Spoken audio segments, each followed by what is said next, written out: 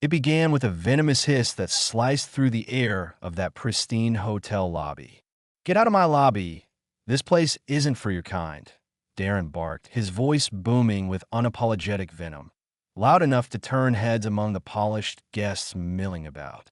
There was no hesitation, no flicker of shame, just raw disdain that hit me like a slap. I wasn't shocked. I'd heard that tone before, felt its weight in other places, other moments.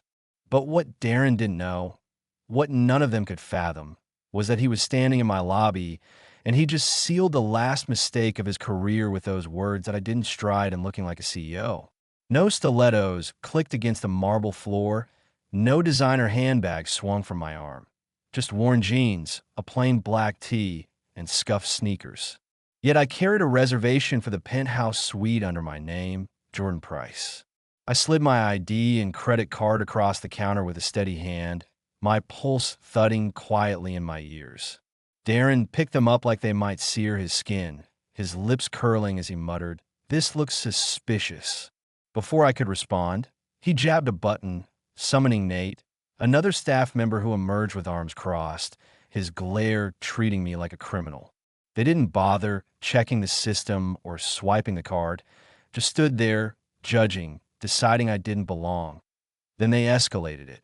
"Security," Darren called, his voice dripping with triumph. "Possible scam." The words stung, a familiar refrain. People like me, his exact phrasing, don't typically occupy suites like that. My chest tightened, a mix of anger and exhaustion bubbling up, but I kept my face calm. I tapped my phone 3 blocks away when my assistant, Carla, answered on the first ring. "It's happening," I said, my voice low but firm. That was all she needed. She knew the protocol. Back in the lobby, Darren leaned in, his breath hot with arrogance. "You can't stay here. You're done."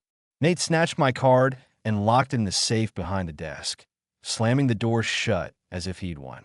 The sound echoed, sharp and final. Eyes were on us now, guests whispering, shifting uncomfortably. A young woman, Sophie, had started recording with her phone, her hands trembling slightly. Her friend Jacob went live, his voice a hushed murmur. "This is happening live in Seattle, and it's ugly." Then Mia, the concierge who'd been silent until now, spoke up. Her voice quivered but grew stronger as she said, "I saw her name in the system. Her reservation's real." Darren whipped around, his face darkening. "Stay out of this if you want to keep your job," he snapped. But I stepped forward, my heart pounding yet steady, my voice clear. "You just made the worst mistake of your professional life," I told him. He smirked, a cruel twist of his lips. "You think so?" "I know so," I replied. Mia's eyes darted between us. Then she raised her voice, resolute. "It's marked VIP, owner-level access." The lobby fell into a stunned silence, the air thick with tension. Darren scoffed, grasping at straws. "Anyone can hack the system." Sophie, her camera still rolling, shot back. "You really think she hacked your system with 2,000 people watching live?" I brought the phone to my ear again. "Carla, patch in legal." A moment later, Carla's voice crackled through, calm and authoritative. "We're ready. Do you want to proceed? Terminate Darren Marks. Terminate Nate Bell. Freeze their access. Log everything for audit." I said, my words deliberate. In an instant, their badges beeped red, locking them out in real time. The sound reverberated across the marble, a stark punctuation to their downfall. The silence that followed was deafening, heavy with realization. Guests began to murmur, stories spilling out. A man stepped forward, his voice shaky, recounting how he'd been denied an accessible room. A woman spoke of being double-charged and ignored. Mia, her eyes glistening with unshed tears, revealed she'd logged complaints Darren had buried. Sophie turned her camera to me, her voice breaking. "She owns this place," she said. I nodded, meeting the crowd's gaze. "My name is Jordan Price. I'm the founder and CEO of Rise Hospitality. This hotel is mine." Darren's face paled, but I held his stare. "You judged me the second I walked in, not because of a policy, but because of what I looked like. And you won't do that to anyone else ever again.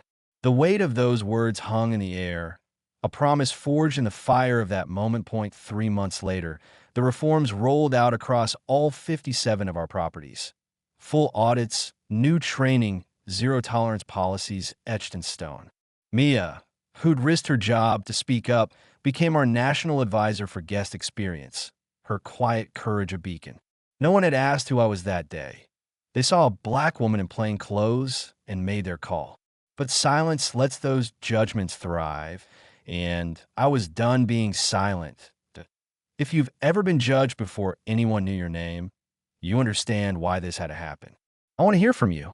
Drop your story in the comments. Tell me about injustice, silence, or the moment you finally stood up. Because sometimes it only takes one voice to shift the entire room.